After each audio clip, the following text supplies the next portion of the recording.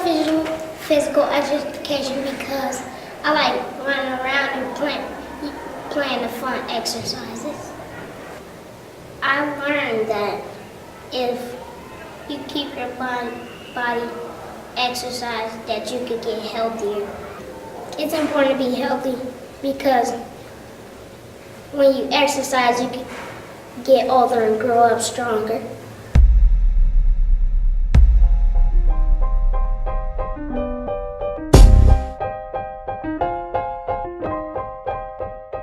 We recognize, as our scientists have shared with us over the past few years, that this is the first generation of American children that will not outlive their parents due to the challenges of obesity, lack of exercise, poor nutrition as well. At the Chicago Public Schools, we're on the forefront of increasing physical education time for our students because we recognize the health, academic, social, emotional, and behavioral impact that it has for all of our students.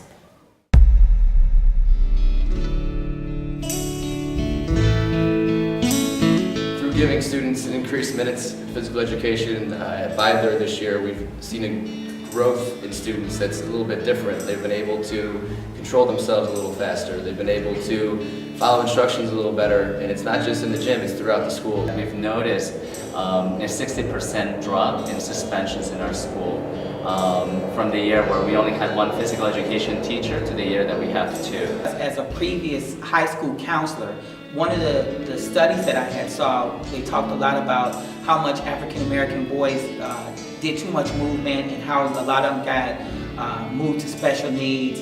A lot of times we try to make a kid sit too long and they need the movement, they become antsy, and it becomes difficult then to try to teach me when I'm thinking about I need to move.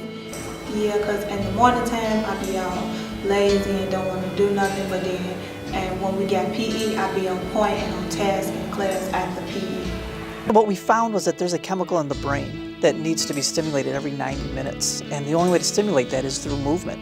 And this chemical is what helps kids put things into their long-term memory.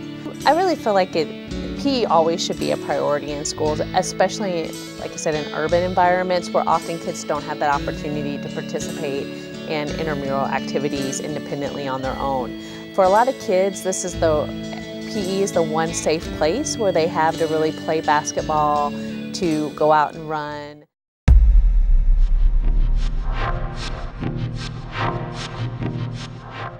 In my mind, there are three main challenges that schools face implementing physical education daily. It's time, space, and money. So of course, money varies school to school. We're fortunate in Hamilton to be able to hire a second gym teacher. He's a half-time teacher this year.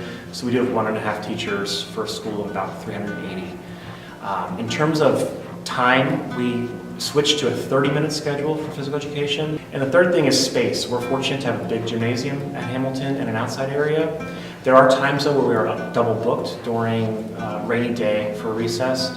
And what we do is we use a spare classroom for yoga, calisthenics, movement. We didn't get any additional money for it, but one of the things that we did was we got a committed gym teacher to it. So we got a committed person who was willing to think outside the box with us, try some different things.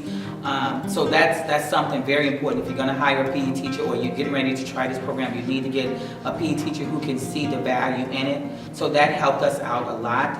Then the second piece, what we did was, because we got the staff involved in it, they also started reaching out to other partners and seeing who else we can get. So we started getting parents involved in it, and that didn't cost us. Our office is here to support schools in making this transition to more physical education time. We will provide you with best practices, with scheduling models from other schools, and with resources and technical assistance to ensure that you're maximizing the physical education time that students receive every day.